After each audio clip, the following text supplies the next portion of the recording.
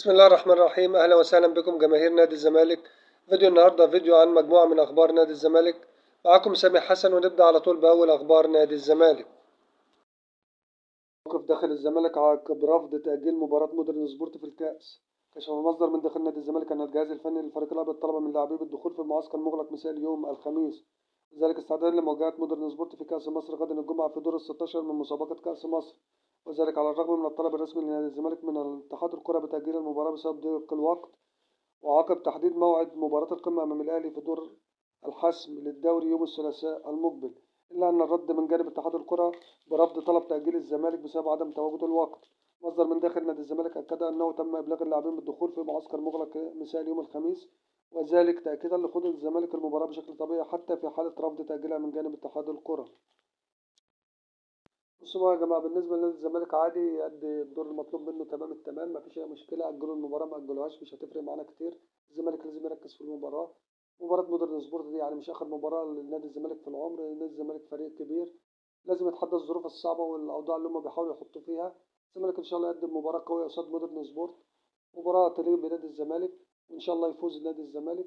وإن شاء الله نلعب ماتش يوم الثلاث مع الأهلي ونقدم مردود كويس إن شاء الله. الزمالك فريق كبير، ومفيش أي حاجة برضك هتقدر تعطله إن شاء الله، وبالتوفيق لنادي الزمالك. ممدوح عباس في ميران الزمالك.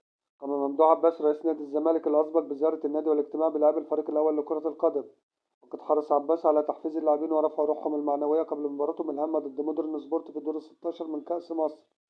المباراة المقررة إقامتها مساء غد الجمعة، وكذلك قبل المواجهة المرتقبة مع الأهلي في أولى مباريات مرحلة التتويج للدوري والتي ستقام يوم الثلاثاء المقبل.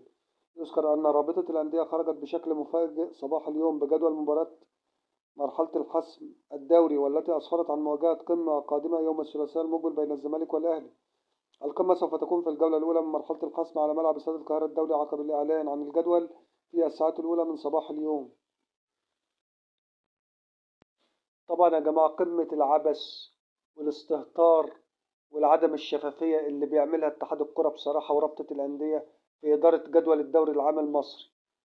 ايه اللي فجأة تبص تلاقيهم صحينا من النوم يقول لك خلاص الزمالك هيلاعب الأهلي أو كذا هيلاعب كذا. هو يا جماعة، هو مش في حاجة اسمها لوائح وفي حاجة اسمها قرعة بتتعمل على الهوا وبحضور مندوبين الأندية، علشان مندوبين الأندية يحضروا ويشوفوا القرعة ويشوفوا خطوات القرعة تمشي ازاي؟ مش نبص نلاقي ايه؟ ان فجأة هوب الزمالك هيلاعب كذا او كذا هيلاعب كذا. ايه يا جماعة، هو العبث ده مش عايز يسيبنا ابدا. الخبر ده بتكون نهاية الفيديو بتاعنا. شكرا لكم لحسن المتابعة، والسلام عليكم ورحمة الله وبركاته.